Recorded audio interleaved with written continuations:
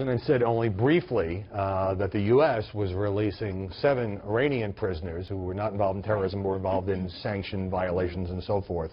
It sounded to me like he was anticipating and responding to the way he's been getting hammered by the GOP over what is essentially a prisoner swap, though the White House doesn't call it that. Right. So he cast this. This is a day of victory for diplomacy, and I think that that's probably right, at least as it relates to the sailors, which he talked about how they were released very quickly because of the diplomatic improvement with Iran.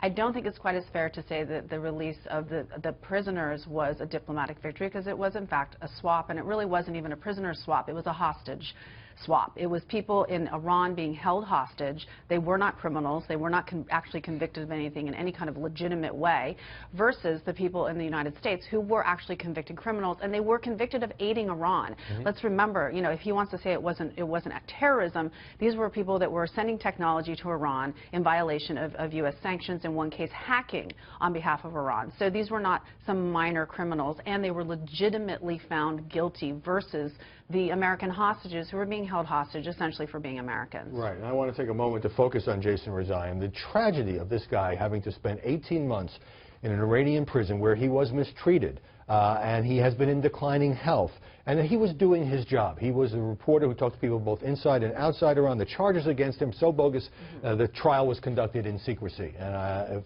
as the political debate begins to swirl, I don't want to lose sight of the bravery of this correspondent.